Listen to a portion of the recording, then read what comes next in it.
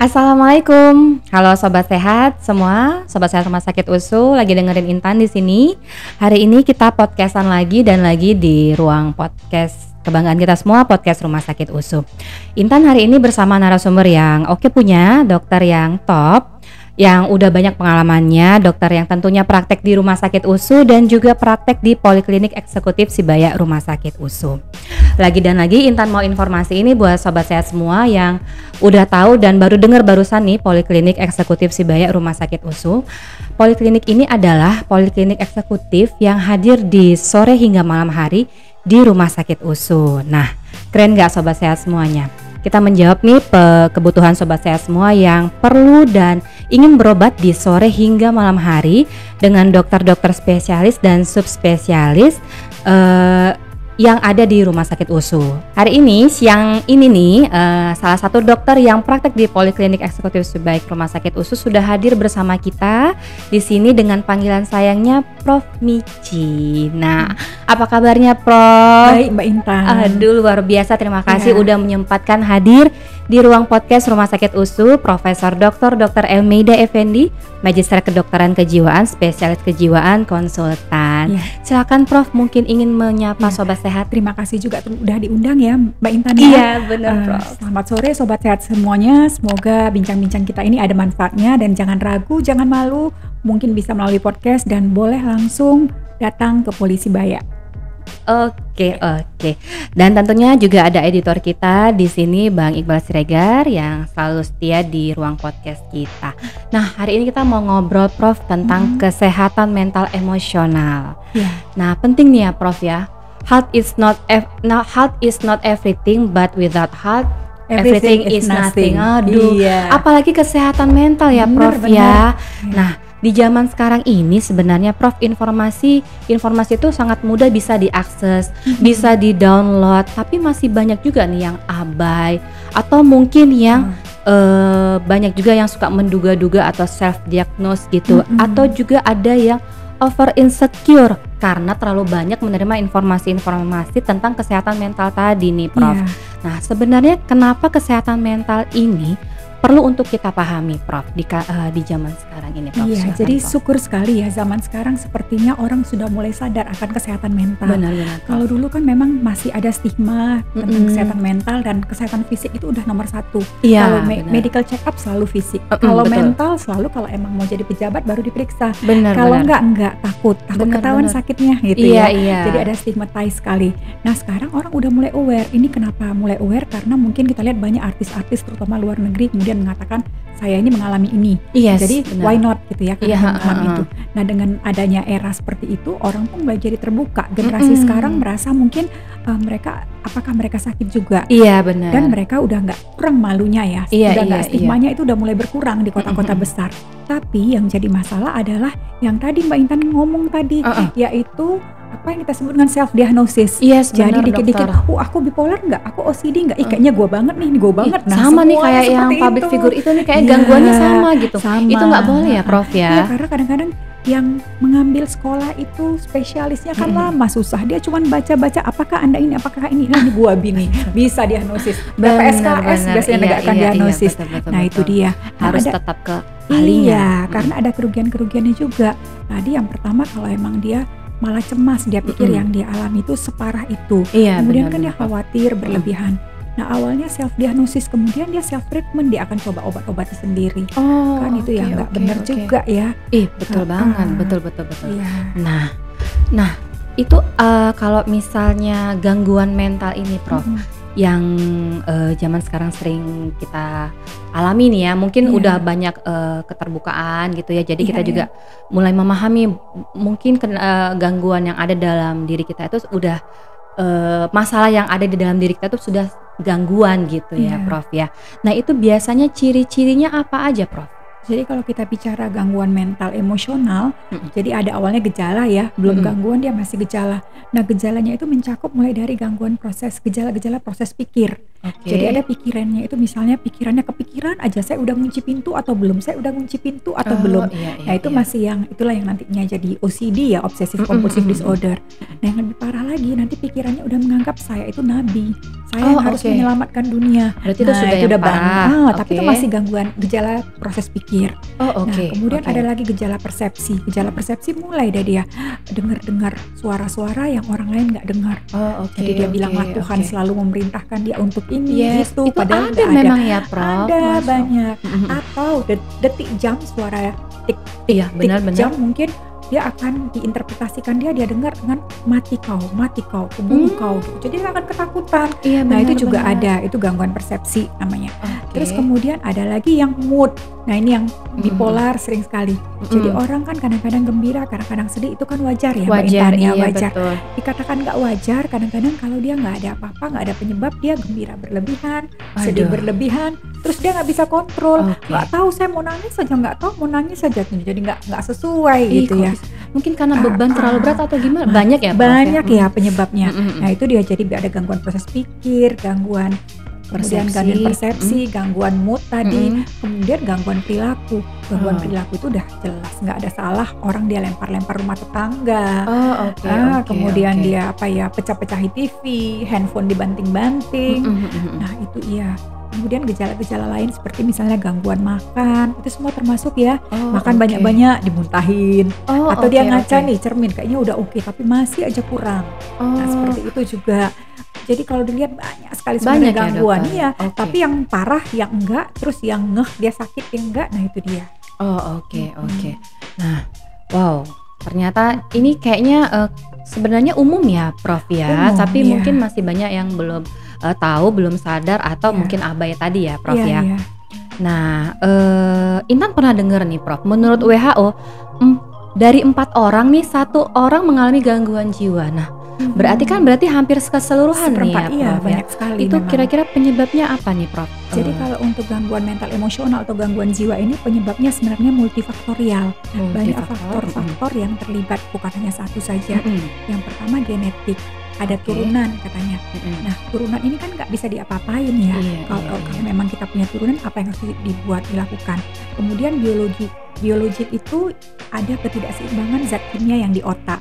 Jadi sama seperti misalnya dia sakit gula, diabetes, tiba-tiba aja walaupun pola makan dijaga dia udah gitu juga ya. Nah betul. Ini seperti itu juga.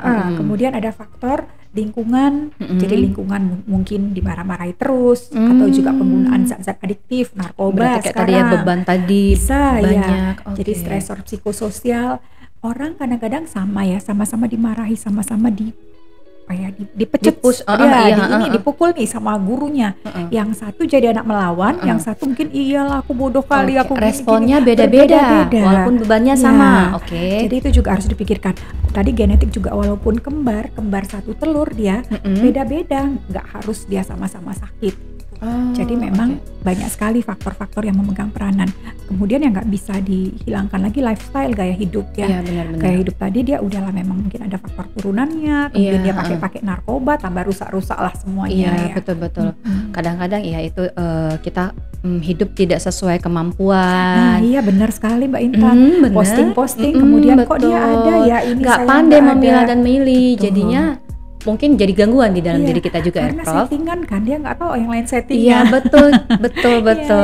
Nah ini Sobat Sehat, kita perlu aware nih ya, jangan sampai gangguan itu darinya tadi sedikit demi sedikit kita abaikan, tiba-tiba menjadi sesuatu yang gawat gitu ya Prof. Oke Prof. Nah kalau gangguan-gangguan yang paling kecil aja, gangguan mental yang paling kecil yang paling sering nih Prof di poli atau pasien yang keluhkan ke Prof tuh apa sih Prof? Susah tidur. Aduh, susah tidur ternyata gangguan mental Besti. Sekarang kan istilah kerennya insomnia. Dok, saya insom katanya. Oh, itu gangguan mental, berarti sudah ada ini ya? Itu gejala. Oh, gejala. Nah, jadi gejala itu memang di blog kita ada ya, namanya nggak bisa tidur. Nah, nggak bisa tidur itu karena apa? Karena ngafal besok ujian, ya kan? Atau karena besok mau dilamar orang, besok mau apa, pindah rumah baru, nginap di hotel, nggak pernah di hotel bintang 5, biasanya bintang 7 kali ya kan. Bener-bener. Pikirannya berarti ya terlalu bisa. Itu mungkin masih yang normal ya, atau kebanyakan ngopi, nggak apa-apa. Tapi bisa saja yang nggak bisa tidur ini merupakan bagian dari penyakit yang lain, misalnya depresi, gangguan cemas, dan skizofrenia. Jadi banyak sekali memang awalnya nggak bisa tidur. Dan biasanya bagi mereka yang udah memiliki gangguan mental emosional sebelumnya, kalau emang terganggu tidurnya, sering kumat lagi, kambuh lagi dia. Oh gitu. Jadi kalau mau kambuh udah nggak bisa tidur, besoknya udah ngamuk-ngamuk dia.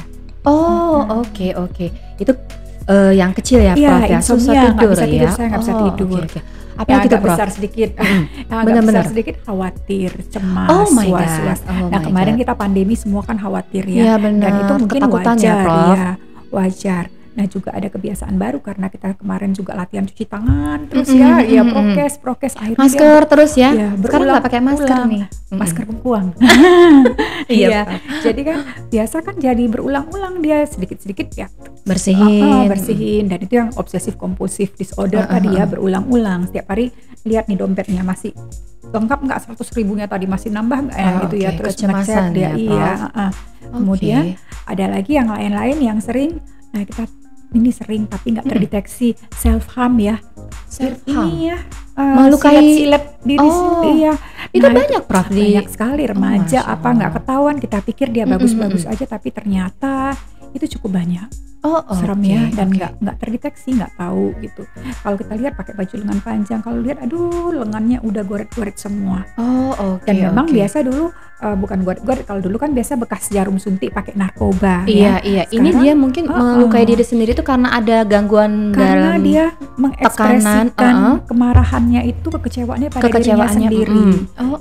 Jadi sebenarnya kan enggak ya, kalau kita marah kita bisa remas lempar atau ya gitu, tapi dia mungkin pokoknya diri dia sendiri atau jedutin kepalanya ke meja atau yang keras ke lantai.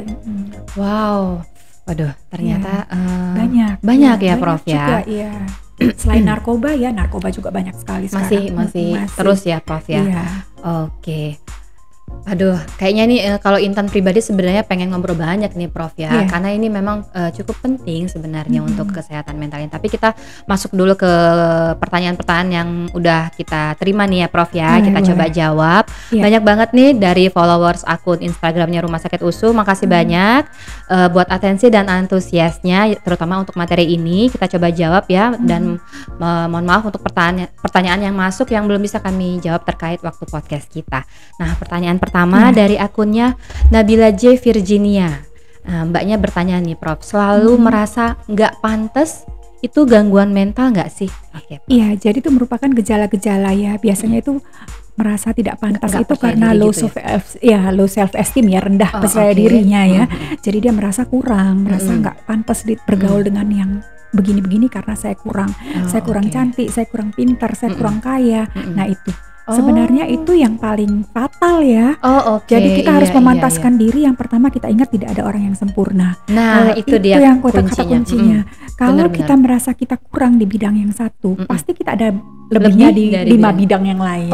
Betul. Harusnya gitu. Tapi kita aja nggak tahu atau kita nggak nyadar. Jadi mungkin kalau kita ajak teman-teman kita atau kita buat sendiri balance-nya ya, apa kelebihan kita, apa kekurangan kita akan percaya diri. Nah, oke. Jadi ya jangan dibiasakan tadi ya merasakan nggak pantas, apalagi dapat cowok keren. Aduh, aku kan kayak gini, upi abu, siapa yang mau? Ya nggak boleh. Benar, dia pilih kita karena kita ada kelebihannya loh. Iya, benar. Nah, ini mungkin udah cukup terjawab nih, tadi kata kuncinya udah ya Dok, ya Prof ya. Benar. Nah, setiap orang tuh pasti ada kekurangan dan kelebihan gitu ya Prof ya. Nah, pertanyaan kedua Prof, lanjut dari akunnya FDL. Aduh, ini kayak susah-susah nih kalau buat akun, nggak bisa dieja gitu Prof. FDL HNIM bertanya, gangguan cemas apakah gejala gangguan mental? Nah, tadi kayaknya udah ya Prof ya. Jadi kalau namanya gangguan ya udah gangguan, tapi cemas ini bisa sebagai gejala, bisa sebagai gangguan. Kalau kita sehari-hari pasti cemas sering ya. Telat nggak lulus nggak ujian, itu wajar. Tapi kalau dia gangguan cemas, dia gangguan ini sudah intensitasnya demikian tinggi atau durasinya lamanya berlebihan, sudah mengganggu dia mengganggu kehidupan sehari-hari, itu udah gangguan. Dan itu tentu saya termasuk gangguan mental emosional. Jadi akibat dia cemas, nanti aku diculik kalau sekolah, di sini aja lah, homeschooling aja, nanti ini jorok, udah sampai gitu COVID, ya Prof.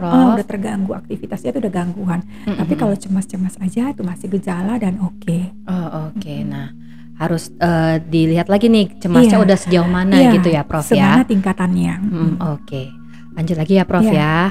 Nah dari akunnya Indah VCTH. Nah ini sama nih Prof, nggak bisa dieja. Indah VCTH 01 bertanya, efek dari selalu menahan emosi. Nah, oh iya, itu bagus juga kayaknya ya. dia Benar-benar memendam. Itu gimana, Prof? Jadi setiap orang itu beda-beda. Ada yang memendam, ada yang langsung maki gitu ya, keluar. Gak sabar. Tapi setiap orang berbeda-beda. Nah, yang memendam ini sendiri pun memang perlu pelampiasan untuk mengeluarkan. Tapi mengeluarkannya nggak harus langsung dia berteriak-teriak. Mungkin dengan cara yang lain. Misalnya dia mendam-dam emosi, tapi gimana supaya terekspresi keluar? Mungkin bisa dengan menari, melukis, olahraga, gitu ya. Atau nggak harus sekali dia harus ke tempat yang sepi terus memaki atau berteriak gitu ya, atau nangis. Jadi kita yang paling kenal diri kita. Kalau kita emosi nih mau diapain? Kalau ditekan-tekan aja, lama-lama kayak layaknya gelas yang diisi air, lama-lama tumpah kan, ya, gak ada yang dikeluarkan gitu jadi ya, kita harus mengeluarkannya. Mengeluarkan itu tadi tidak harus teriak. Kalau kita emosi, selama ini kita bawahan nih, memaki senioran nggak bisa. Nggak mungkin, tahulah gitu yang kata kuncinya tadi yang waras ngalah. Ada lagi kata kunci kedua. Bos tidak pernah salah. Iya, balik lagi ke nomor itu kata kunci yang harus ya. Iya, betul. Nah, kalau seperti itu memang kita ya mengeluarkannya tadi sesuai dengan apa. Mungkin es krim udah bisa nih. Aku harus minum es krim habis sudah blong deh. Udah shopping nih walaupun nggak beli nggak apa-apa. Misalnya ya. Window shopping aja ya. Oke. Berarti sebenarnya nggak boleh ditahan juga terlalu lama ya. Iya, nah menahan itu kita yang harus mengeluarkannya, harus plong. Cara mengeluarkannya itu berbeda-beda tadi ya. Apa yang kita suka dan mungkin menulis. Tapi nggak usah upload di status lah ya. Nanti jadi masalah baru ya, Prof ya. Oke. Nah, ini ada lagi nih, Prof, dari akunnya @Elora Clarissa Napitupulu bertanya, tanteku saat ini ngomongnya suka ngelantur dan sering pusing, usianya sekitar 50 tahun.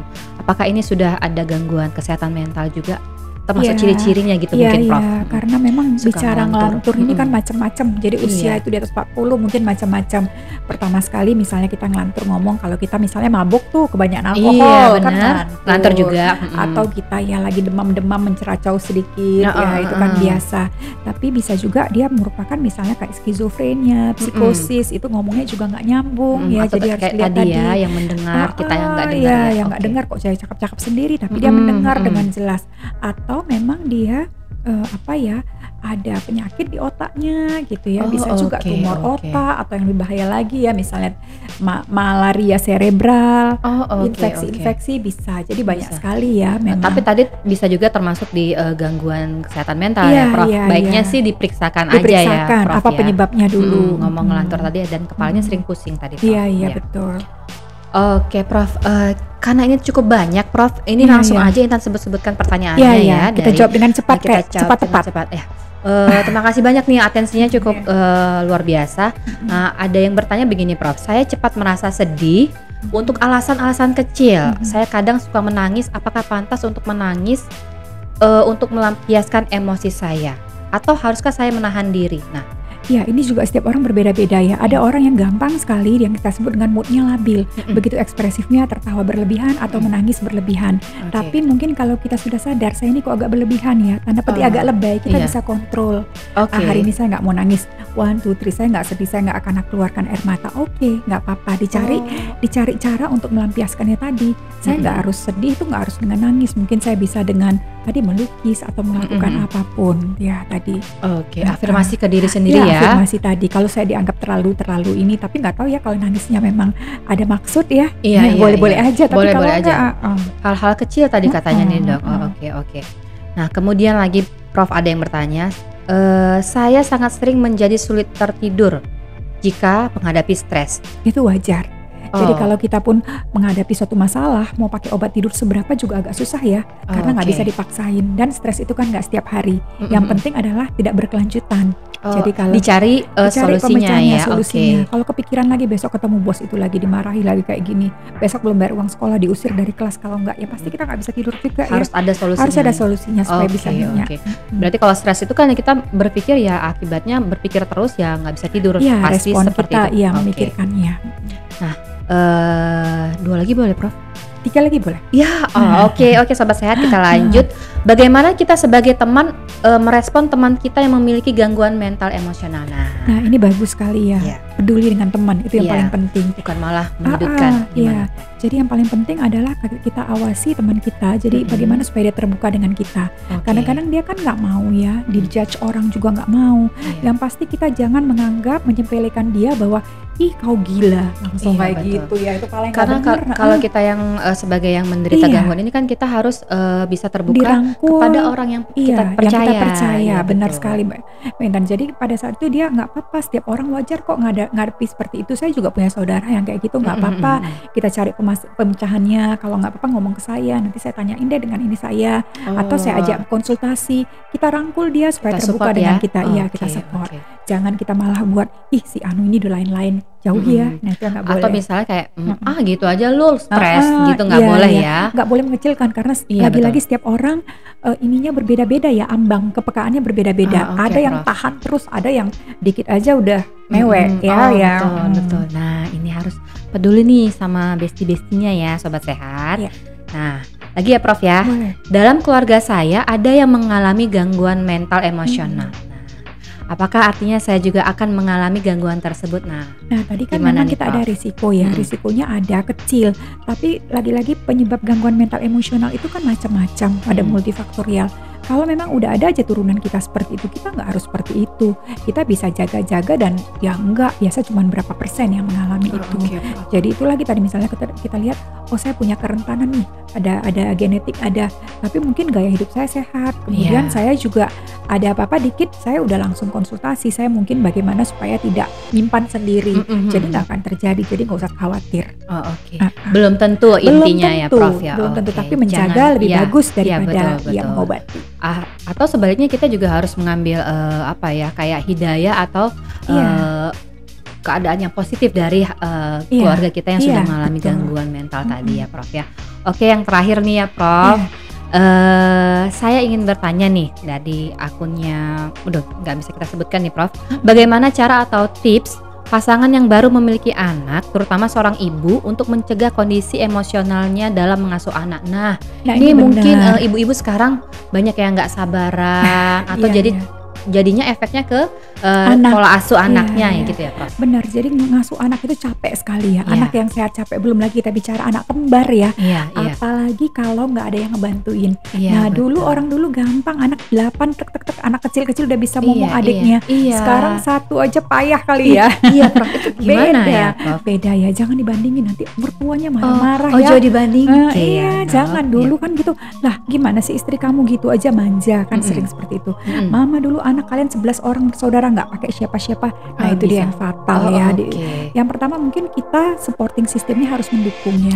Kalau nggak ada yang mendukung, misalnya kita 2 aja, cuman kita sama suami, memang diharapkan ya maulah berbagi peran ya.